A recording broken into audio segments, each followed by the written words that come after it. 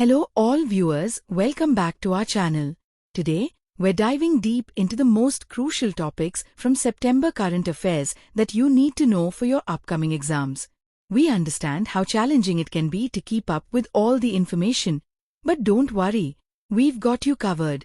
In this series, we'll break down the most important topics that have been carefully selected from various current affairs magazines.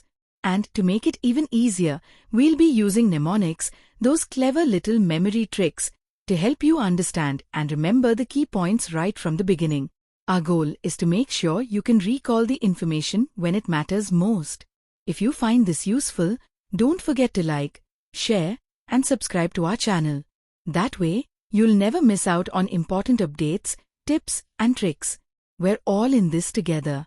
Let's discuss about first topic in story format, that is about Quad 2024.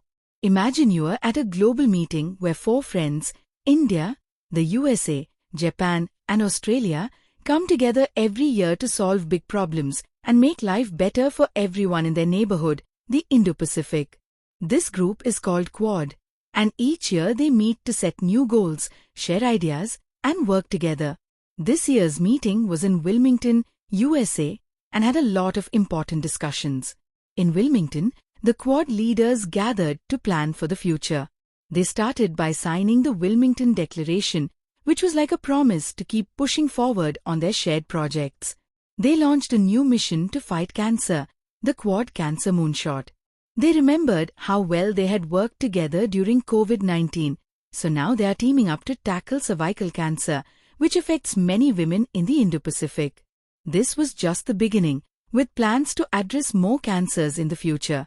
Then, they talked about the seas. The Maritime Initiative, MET3, is like a new training program to help their neighbors watch over and protect the ocean. India offered to host the first big workshop on this in 2025. They also decided to start a maritime legal dialogue to keep the waters peaceful and safe. There's also a new idea called Quaditsi, where all 4 countries' coast guards will work together on a ship observer mission in 2025. This will help them learn from each other and keep the seas safe. Another exciting plan was the Quad Indo-Pacific Logistics Network. Imagine each country's planes and ships sharing supplies to respond quickly when a natural disaster strikes. This network will help them save lives by getting help where it's needed faster. The Quad Ports of the Future is a plan to build better, stronger, and greener ports. This way, ships can travel more safely, and the environment will be protected. They also realized they need to make sure they always have enough microchips, the little pieces that power all our devices. So, they set up the semiconductor network to make sure they can keep making and sharing these chips even if there are supply issues. To finish up, they announced other efforts like boosting energy efficiency, using better cooling systems that are good for the environment, helping Mauritius monitor weather and climate with a space-based portal, launching a new Quad STEM fellowship to help students study engineering in India. The bigger picture. The Quad isn't just about these projects. It's about creating a world where the seas are safe and trade can happen freely, maritime security. We all fight climate change together, climate action. Countries can help each other grow by investing in new projects, investment. The latest tech is shared and improved for everyone, technology. Quad began after a big tsunami in 2004 when these 4 friends joined forces to help with relief efforts. Over time, they grew closer and became a formal team. They had their first big meeting online in March 2021.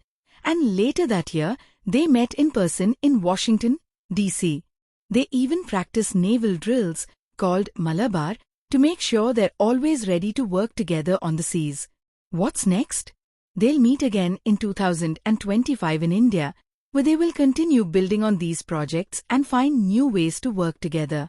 So, in short, the Quad Summit 2024 is all about friends coming together, making promises, sharing solutions, and working as a team to make the Indo-Pacific safer, greener, and more connected. Moving next, let's discuss about White Revolution 2.0. Imagine India is planning to take its dairy sector to the next level with White Revolution 2.0.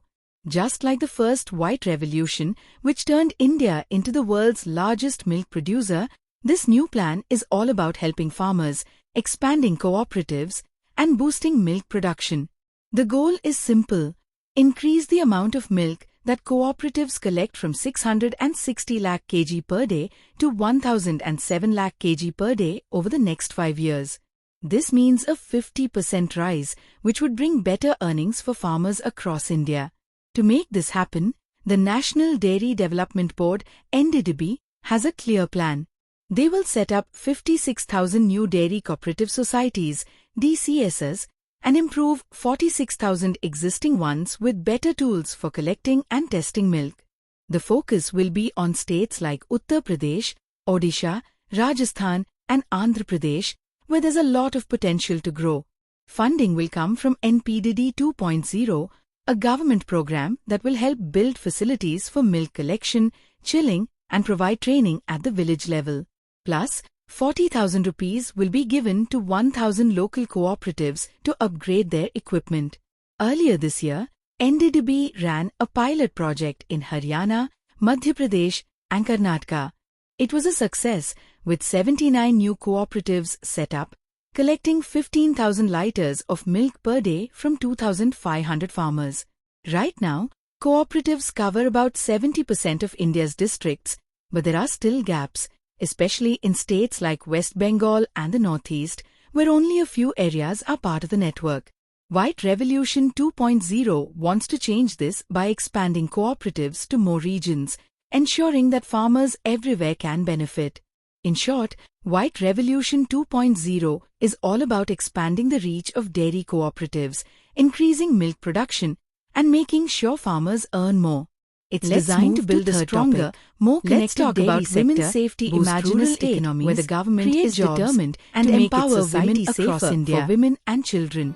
In 2024, West Bengal took a bold step by introducing the Aparajita Bill, a new law aimed at bringing stricter punishments and faster justice for crimes against women and children. The bill was unanimously approved by the State Assembly and is designed to act as a powerful deterrent against such offences. India already has tough laws to curb sexual assaults. After the horrific Delhi incident in 2012, the 2013 amendment allowed for the death penalty in rape cases if the victim died or was left in a vegetative state and for repeat offenders. Later, the 2018 amendment introduced the death penalty for the rape of girls under 12. The Bharatiya Nyaya Sanhita (BNS) 2023 added further strict measures, including the death penalty for the gang rape of girls under 18. Let's talk about key provisions of the Aparajita Bill. The Aparajita Bill builds on these existing laws but goes even further to ensure that perpetrators face the strictest punishments. First, death penalty for severe cases.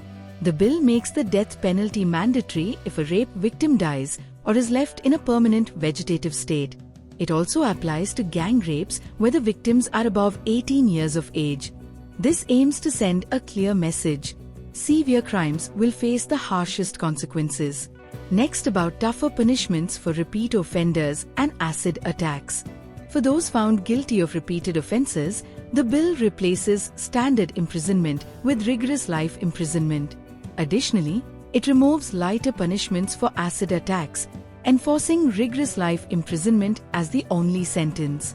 The intent is to prevent repeated harm and ensure that offenders cannot easily return to society. Third, about protecting victim privacy. The bill also cracks down on privacy violations.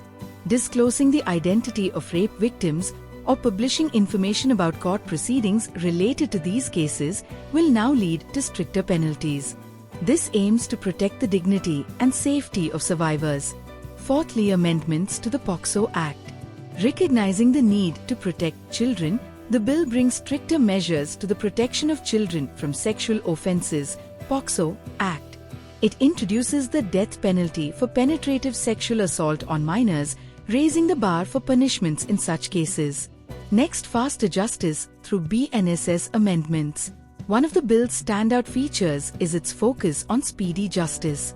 It reduces the time allowed for investigations in rape and POCSO cases to 21 days, with an option to extend by 15 days if necessary.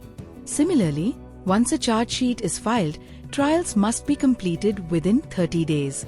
This ensures that victims don't have to wait years for justice, reducing the stress and trauma associated with prolonged legal battles.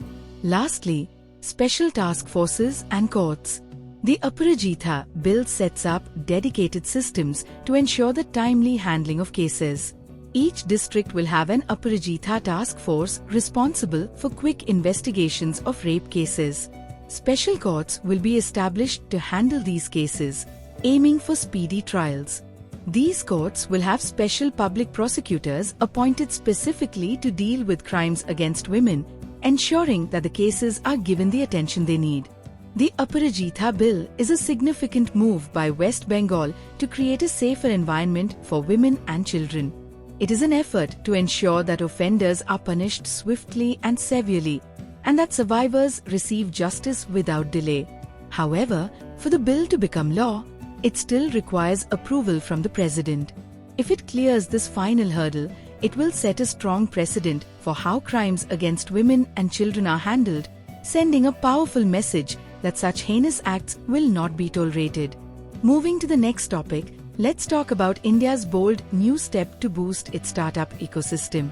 The Bhaskar platform, Bharat Startup Knowledge Access Registry, has been launched by the PIT under the Startup India program, and it's set to change the way entrepreneurs connect, collaborate, and grow. This is not just another digital tool. It's a one-stop hub designed to bring together startups, investors, mentors, and service providers. Think of it as a digital bridge where everyone in the entrepreneurial ecosystem can meet, share, and thrive. Now, what makes Bhaskar stand out? It's built around 5 key features: networking, central access, personal IDs, enhanced search, and global reach ***, or let's call it NCPEG. First, networking. Bhaskar brings startups, investors, and mentors onto a single platform, making interactions seamless and efficient. No more hunting through scattered networks. Everyone you need is right there. Second, central access. Bhaskar consolidates all the essential resources, tools, knowledge, data into one place, helping startups make quick decisions and scale faster. Third, personal IDs. Each user gets a unique Bhaskar ID, ensuring personalized experiences and smoother connections. Fourth, enhanced search. The platform's powerful search tools make it easy to find resources, partners, and opportunities, cutting through the chaos of the startup world. And finally, global reach. Bhaskar doesn't just connect people within India. It puts Indian startups on the world stage, encouraging cross-border collaborations and positioning India as a global innovation hub. Why does this matter? Because India is on the rise as a startup powerhouse, and initiatives like Bhaskar are critical for boosting innovation, creating jobs, and building a resilient economy. It's about more than just technology. It's about making India a leader in the global startup ecosystem. With Bhaskar, India is sending a clear message. We're open for business and we're ready to lead. So, if you're a startup founder, investor, or mentor, Bhaskar could be the game changer you've been looking for. Moving next, let's talk of a historic diplomatic moment. Prime Minister Narendra Modi's visit to Brunei Darussalam. This was the first ever bilateral visit by an Indian Prime Minister to Brunei, marking a significant milestone as the two nations celebrated 40 years of diplomatic ties. Over 2 days, PM Modi's visit focused on strengthening India's relationship with the strategic Southeast Asian nation. The trip began with the inauguration of a new Indian chancery in Brunei, a symbolic step to deepen diplomatic ties. The Prime Minister also visited the iconic Omar Ali Saifuddin Mosque, admired for its unique blend of Mughal and Italian Renaissance architecture. The new chancery, adorned with Indian motifs, stands as a testament to India's cultural spirit and commitment to enhancing its presence in Brunei. But it wasn't just about symbols. there were some solid agreements on the table. Defense cooperation took a step forward with plans to establish a joint working group aiming to boost strategic ties. There were also discussions about a space cooperation pact, highlighting mutual interest in satellite technology and space exploration. PM Modi expressed gratitude to Brunei for supporting ISRO's TTC station, which plays a crucial role in India's space missions. The talks didn't stop there. Energy was a key topic, with both nations exploring long-term cooperation in LNG supplies. This is particularly significant as India has recently shifted its focus from Brunei's oil to Russian imports. The two leaders also elevated the bilateral relationship to an enhanced partnership, agreeing to cooperate across key sectors including defense, trade, health, education, and cultural exchanges. Regular dialogue platforms like the Joint Trade Committee (JTC) were emphasized to keep the momentum going. Now, why is Brunei so important for India? It's not just a small Islamic sultanate on the northern coast of Borneo. Brunei is a key player in India's Act East policy *** and the Indo-Pacific vision. Located strategically in the South China Sea, it holds economic and geopolitical significance. Despite Brunei's quiet stance on its own maritime claims, it remains a potential ally for India to counter China's dominance in the region.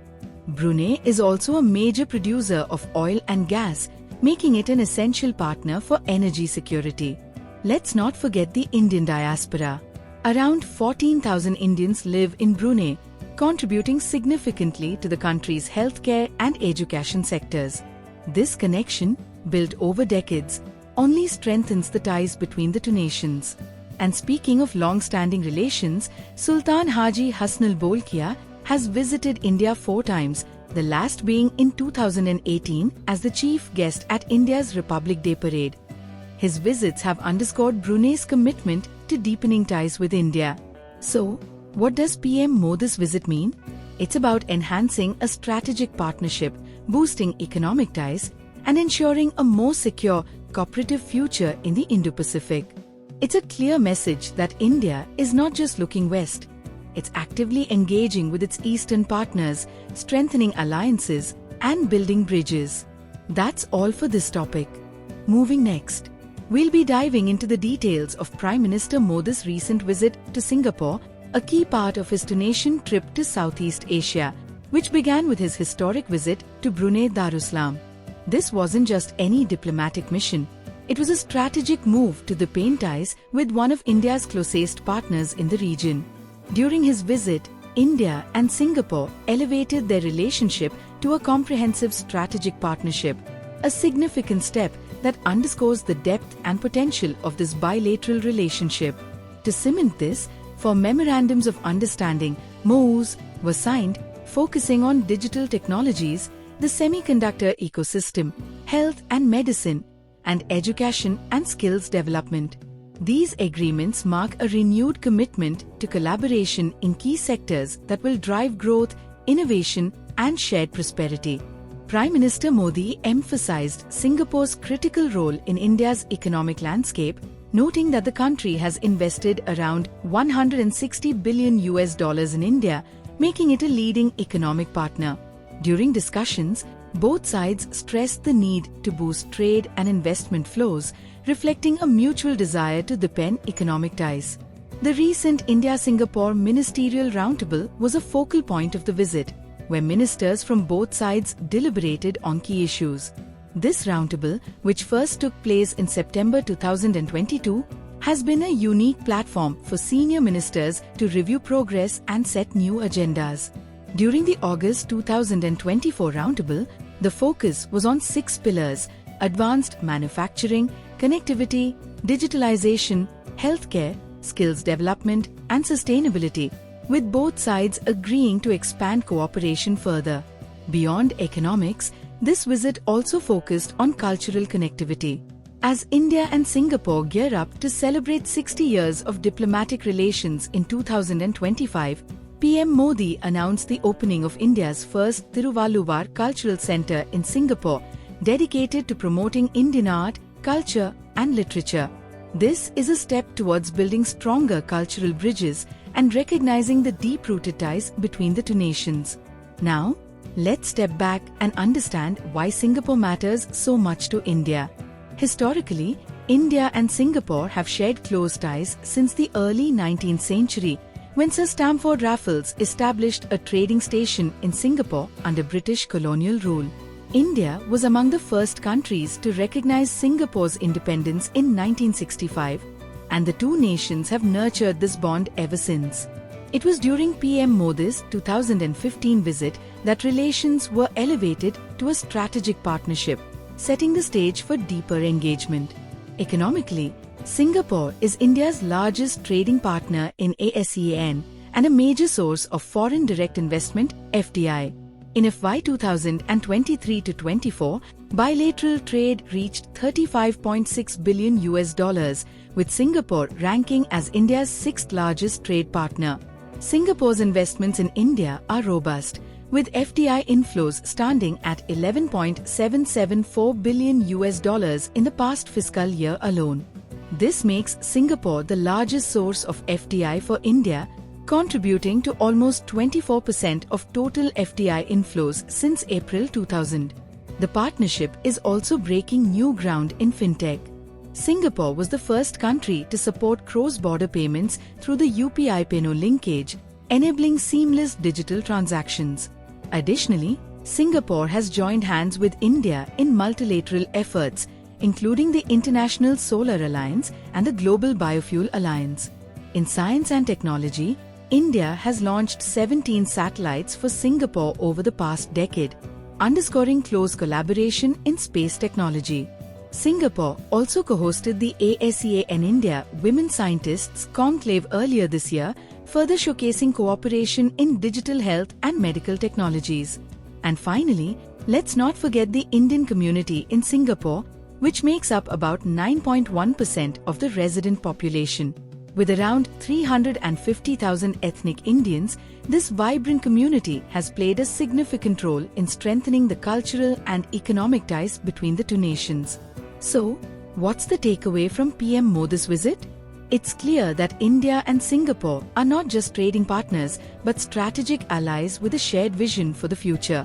Let's move to the next topic, in which let's look at the highlights from the recent visit of the Crown Prince of Abu Dhabi, Sheikh Khalid bin Mohammed bin Zayed Al Nahyan, to India. This was his first official visit as Crown Prince, and it marked a significant step forward in the strategic partnership between India and the UAE. During this visit, several important agreements were signed, each reflecting a deeper cooperation across key sectors. Let's make it simple with a mnemonic: NEWFIT. Because this visit was all about strengthening ties and making the partnership future-ready. N stands for nuclear cooperation. And MOU was signed to enhance collaboration in the operation of the Barqa nuclear plant, the first commercial nuclear power station in the Arab world. E is for energy storage, with deals to expand UAE's role in India's strategic crude oil reserves. W brings us to water, LNG, with a long-term contract to supply 1 million metric tons of LNG to India, vital for energy security. Moving on to the FIT part of our mnemonic.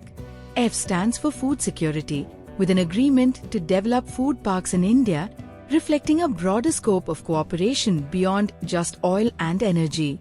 I is all about investment, as the UAE remains a crucial investor in India's infrastructure, continuing to build on commitments made under the CEPA agreement. And finally, T for trade boost, including the virtual trade corridor to streamline business interactions between the two nations. But that's not all. Let's switch to another easy mnemonic, LEAFCT. L for LNG, which underscores the energy deal. E for energy storage, highlighting UAE's strategic crude reserves in India. A covers agreements from nuclear to oil and food parks, showcasing the breadth of cooperation. F is again for food security, emphasizing agricultural collaboration. C stands for connectivity, with the launch of a virtual trade corridor, and T for trade and investment, which remains robust with UAE's financial commitment and local currency trade agreements. So, what does all this mean? It's a reaffirmation that India and the UAE are more than just trading partners. They are strategic allies, connecting through energy, investment, technology, and infrastructure, all with a focus on a secure and sustainable future. Moving next, and let's talk about a major global event that took place at the United Nations, the Summit of the Future. Prime Minister Modi addressed world leaders in New York, where they gathered to confront some of the world's most pressing challenges and lay down a plan for a better tomorrow. The theme was all about finding multilateral solutions for a better future, and the summit produced key agreements that focus on global cooperation. To simplify this, let's use a mnemonic: SMART-PACT. The summit emphasized sustainable development, boosting progress on goals like fighting poverty and clean energy, multilateral reform, making the UN Security Council more inclusive, especially for underrepresented regions like Africa, addressing climate change, urgent global climate action, rights and equality, promoting human rights and fighting racism, and technology future, a secure, inclusive digital future with a focus on AI. The PACT stands for Building Partnerships with Civil Society and Businesses, taking action for youth by involving them in decision-making, strengthening cooperation between countries, and transformation through long-term planning for a sustainable future. Another easy way to remember the key agreements is with FIT-YES. The Pact for the Future commits to future declaration on education, health, and sustainability, pushes for international cooperation, and emphasizes a technology-driven future. The YES part highlights youth engagement, equality and rights, and sustainable actions on climate and development. So, what's the big takeaway? The Summit of the Future was a bold call to action. Countries united to reform, cooperate, and plan for a future that is safe, inclusive, and sustainable. It's about making a smart pact to tackle the biggest issues facing the world today and tomorrow. Moving next, let's discuss about the new topic, which is about PM eDrive scheme, India's new initiative for a cleaner, greener, and electric future. The Ministry of Heavy Industries has just launched this forward-looking plan, building on earlier efforts like FAME-I, FAME-II, and a more recent Electric Mobility Promotion Scheme 2024, EMPS 2024. So, what's PM eDrive all about? It's a nationwide effort to accelerate the adoption of electric vehicles, EVs. The goal is clear: make EVs affordable and set up robust charging infrastructure across India. With 10,900 crore rupees allocated for 2024 to 26, the scheme aims to put more electric two-wheelers, three-wheelers, and buses on our roads and install fast chargers in major cities and along highways. To help you remember, let's use the mnemonic SIGNS. 1. S. Subsidies. Upfront discounts for EV buyers via Aadhaar-linked e-vouchers, making EVs more affordable. 2. I. Infrastructure. Big boost for charging stations, 22,100 for cars, 1,800 for buses, and 48,400 for two-wheelers and three-wheelers. 3. G. Grants. Funding for e-buses through state transport units and public charging networks in 9 major cities and key highways. 4. N. Nodal Ministry. The Ministry of Heavy Industries will monitor and oversee everything with a Project Implementation Committee. 5. S. Supportive policies. Encouraging states to offer benefits like tax cuts, toll exemptions, and more to promote EV adoption. Now, let's talk about the guidelines for charging infrastructure with another simple mnemonic, COPE. 1. C. Coverage. Chargers will be set up in public spaces, malls, railway stations, and private areas, offices, hospitals. 2. O. Operation. The Bureau of Energy Efficiency, B, will ensure quality and reliability by overseeing the rollout. 3. P. Public land access. Subsidized government land will be available for charging setups, following a revenue-sharing model. 4. E. EV-friendly locations. By 2030, there will be a 1-kilometer grid of charging stations in cities and one every 20 kilometers on highways. The PM E-Drive scheme is about more than just selling EVs. It's about building an entire EV ecosystem. This means creating a sustainable network of support, infrastructure, and incentives that involves the government, businesses, and consumers working together. The goal? Reduce India's carbon footprint, cut pollution, and improve air quality. In summary, PM E-Drive makes India's shift to electric smoother, faster, and more accessible. It's about affordable EVs, reliable infrastructure, and supportive policies for a cleaner future.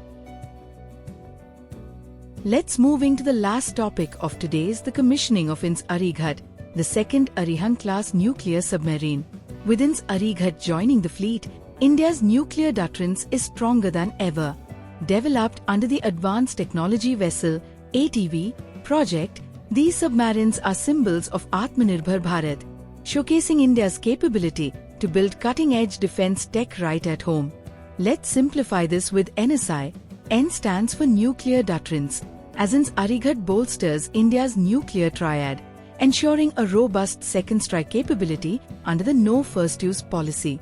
S is for strategic stability, maintaining balance in South Asia against nuclear-armed neighbors like China and Pakistan. I represents increased naval strength. These submarines are a step toward India's blue water navy, capable of deep-sea operations and projecting power far beyond its shores. India even signed a $3 billion deal with Russia to lease an Akula-class submarine, further enhancing its combat readiness. INS Arighat isn't just about military might. It's about self-reliance, reducing dependence on foreign assets, and reinforcing India's position as a key player in regional security. The message is clear. India is building a secure and stable defense environment, ready to protect its maritime interests. Thank you so much for watching our current affairs video. We hope you found it helpful and informative. Remember, this is your one-stop solution for all your exam preparation needs. From breaking down complex topics to giving you easy-to-remember mnemonics, we're here to make your learning journey smoother and more effective. Please don't forget to like, share, and subscribe to our channel. Your support means the world to us, and it helps us bring you even more valuable content. And of course, feel free to share this with friends who might find it useful too.